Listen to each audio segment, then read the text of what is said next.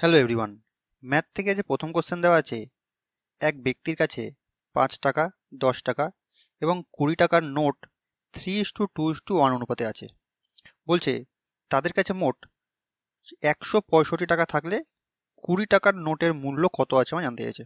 দেখো আমাদের বলছে 5 টাকা, 10 টাকা, 20 টাকার নোটের সংখ্যার অনুপাত দিয়ে দিয়েছে আমার কত, 3:2:1, মানে 5টাকা, 10 টাকা আর 20 টাকার নোটের অনুপাত দেওয়া যাচ্ছে 3:2:1।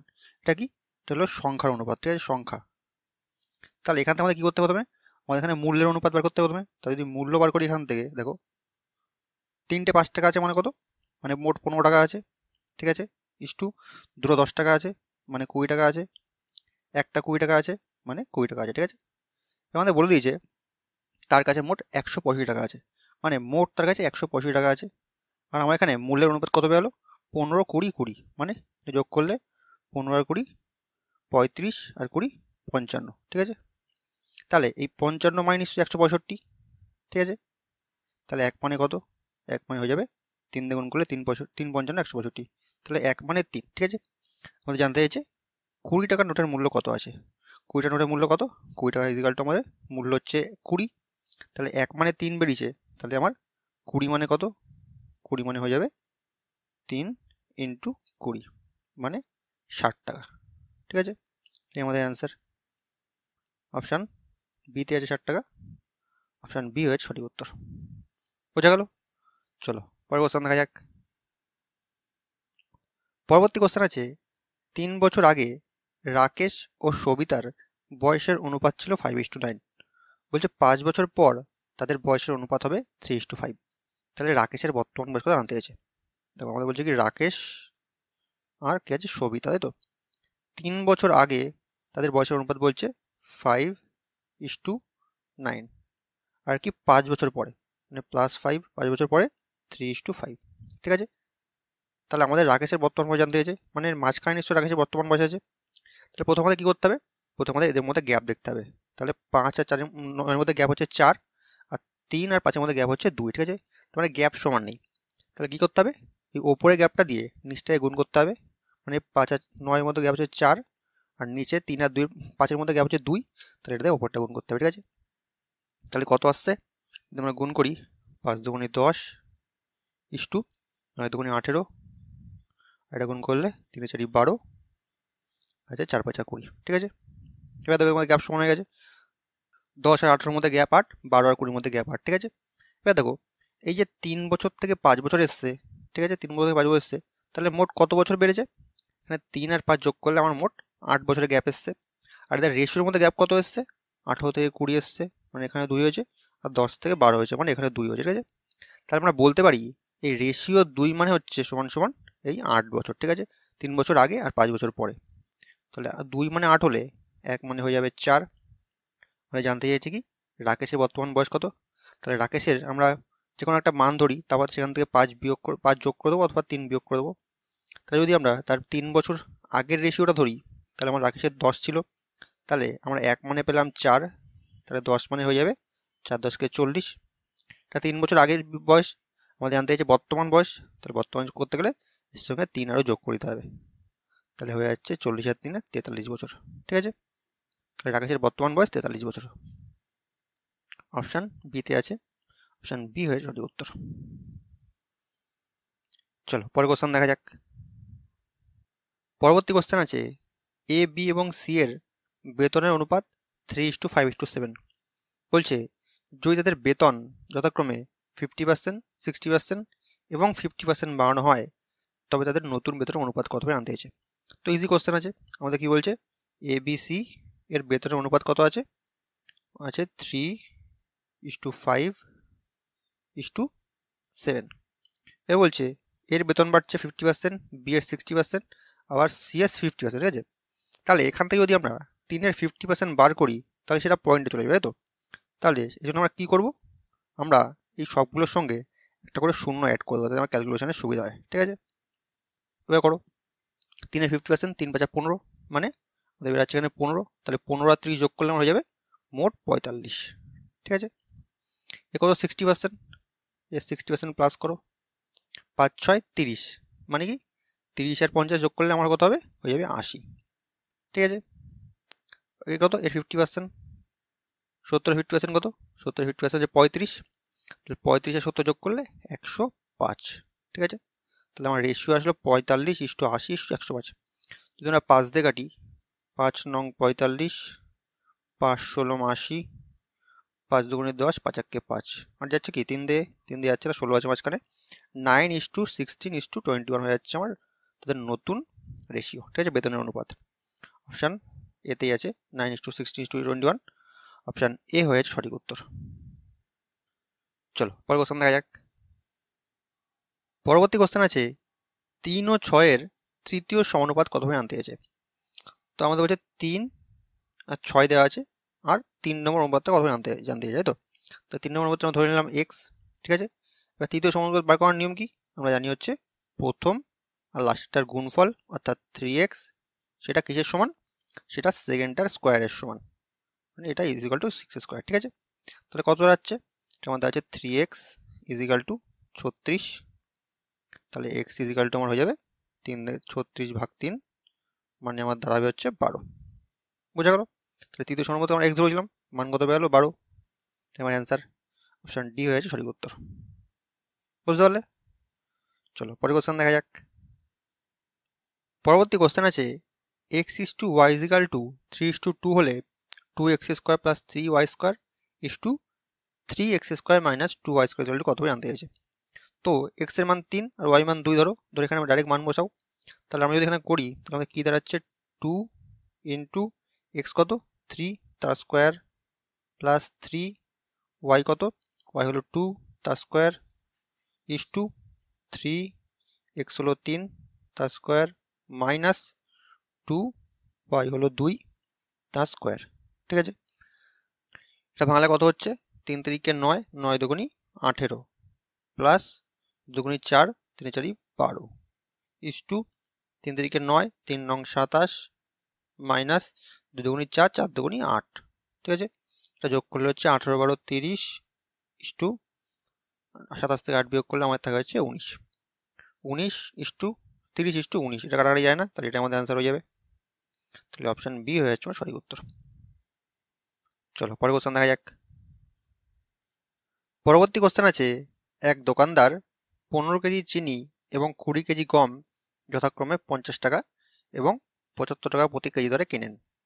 বলছে যদি তিনি চিনিতে 10% এবং গমে 20% লাভ করে থাকেন তবে তার মোট বিক্রয় মূল্য কত আমাদের জানতে চেয়েছে। দেখো আমাদের কি বলছে, চিনি কিনছে 15 কেজি 50 টাকা দরে আর গম কিনছে 20 কেজি 75 টাকা দামের। তাহলে প্রথমে আমরা এদের কস্ট প্রাইসটা বের করে নিই। তাহলে 15 কেজি কিনছে 50 টাকা দরে, তাহলে মোট ক্রয় মূল্য কত, 5 15 75, অর্থাৎ 750 টাকা।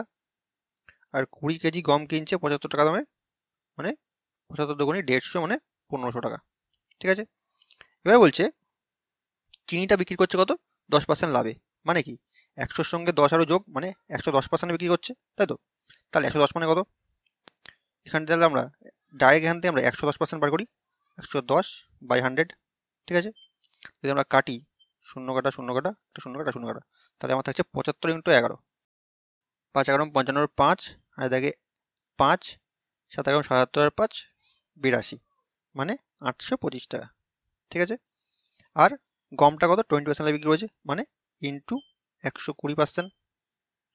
তো যদি আমরা কাটি 0 কাটা 0 কাটা 0 কাটা 0 কাটা, তাহলে আমার থাকছে 150 × 12, তো যদি গুণ করি 12 0 0, 5 জন্য 0.5 হয় থাকে 6, 12 6 18, তাহলে 1800 টাকা।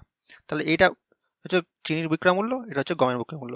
তাহলে মোট বিক্রয় মূল্য কত, 18 5 2 18 16 6 থেকে 1 1 2, মানে 2625 টাকা হচ্ছে মোট বিক্রয় মূল্য চিনি, যদি আমরা 10% লাভে চিনিকে বিক্রি করি আর 20% লাভে গমকে বিক্রি করি। ঠিক আছে, 2625 হচ্ছে সঠিক উত্তর। চলো পরের কোশ্চেন দেখা যাক। পরবর্তী কোশ্চেন আছে বার্ষিক 20% হারে 12,500 টাকা 2 বছরের জন্য সরল সুদ ও জটিল সুদে বিনিয়োগ করা হলো। বলছে ওই সময় পর প্রাপ্ত সুদের পার্থক্য কত হবে, মানে সরল সুদ আর জটিল সুদের যে পার্থক্যটা বেরোবে সেটা কথা আমি জানতে চাইছি।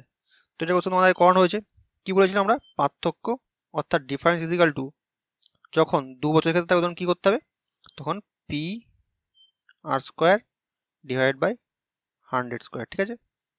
পার্থক্য আমাদের বার করতে হবে। তাহলে পি মানে কত, পি মানে 12,500, 12,500 ইন্টু আর স্কোয়ার মানে 20 স্কোয়ার, 20 স্কোয়ারকে আমরা এভাবে লিখতে পারি 20 ইন্টু 20 ডিভাইড বাই 100 স্কোয়ার, স্কোয়ারকে আমরা 100 ইন্টু 100 লিখতে পারি।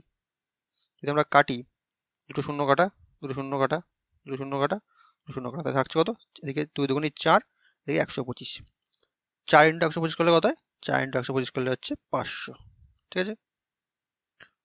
তাহলে আমাদের সুদের পার্থক্য কত, সুদের পার্থক্য হচ্ছে 500 টাকা।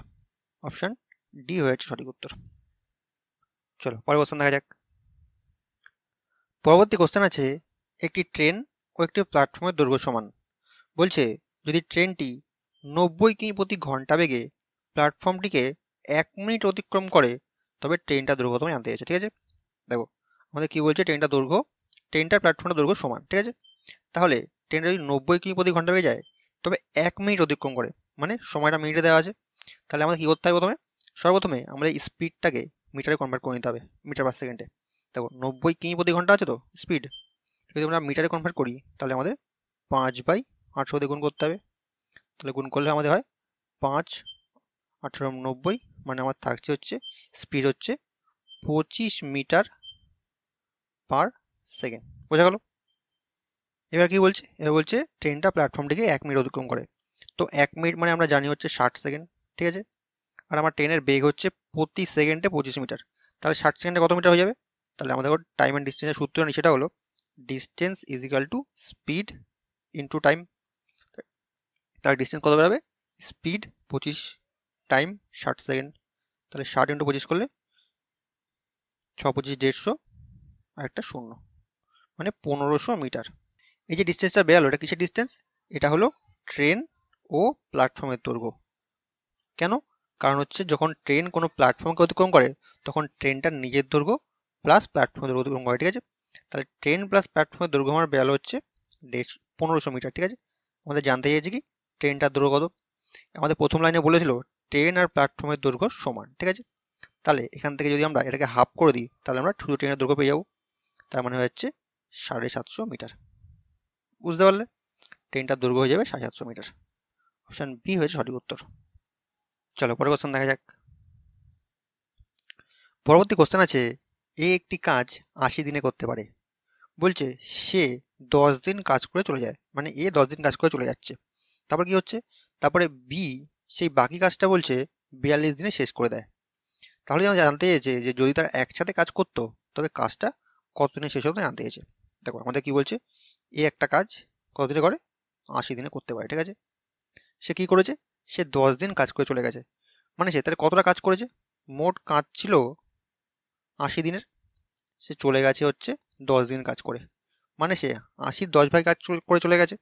সে যদি আমরা অংশতে পরিণত করি দেখো তাহলে আমাদের আসছে 0 কেটে যাচ্ছে, 1/8 অংশ কাজ সে করে চলে গেছে, ঠিক আছে।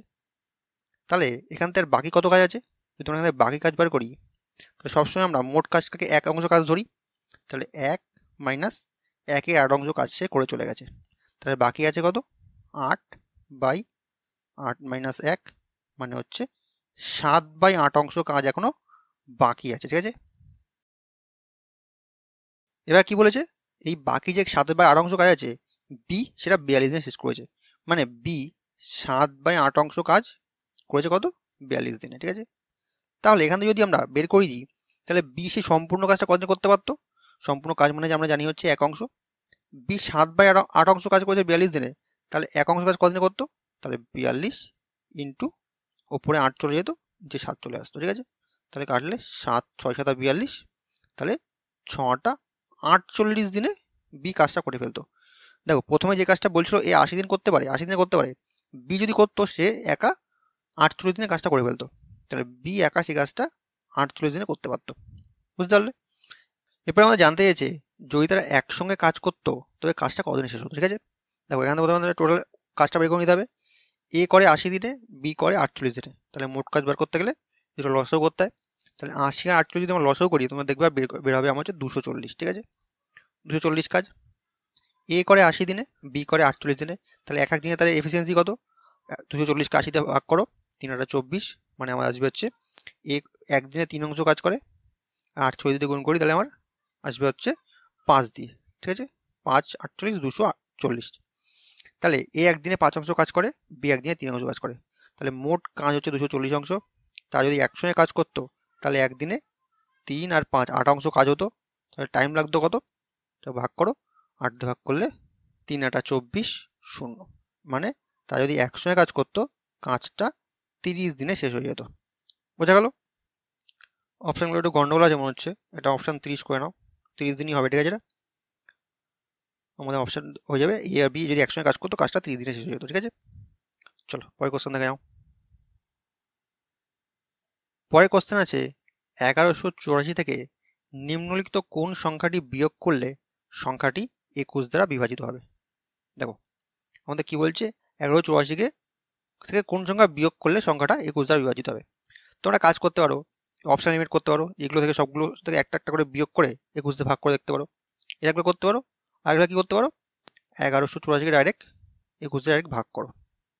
যদি আমরা 21 দিয়ে ভাগ করি তাহলে কত আসছে, যদি আমরা 5 বার দিই, দেখো 5 1 5, 5 2 10, 128 আসছে, তাহলে আমার থাকছে হচ্ছে 13 34।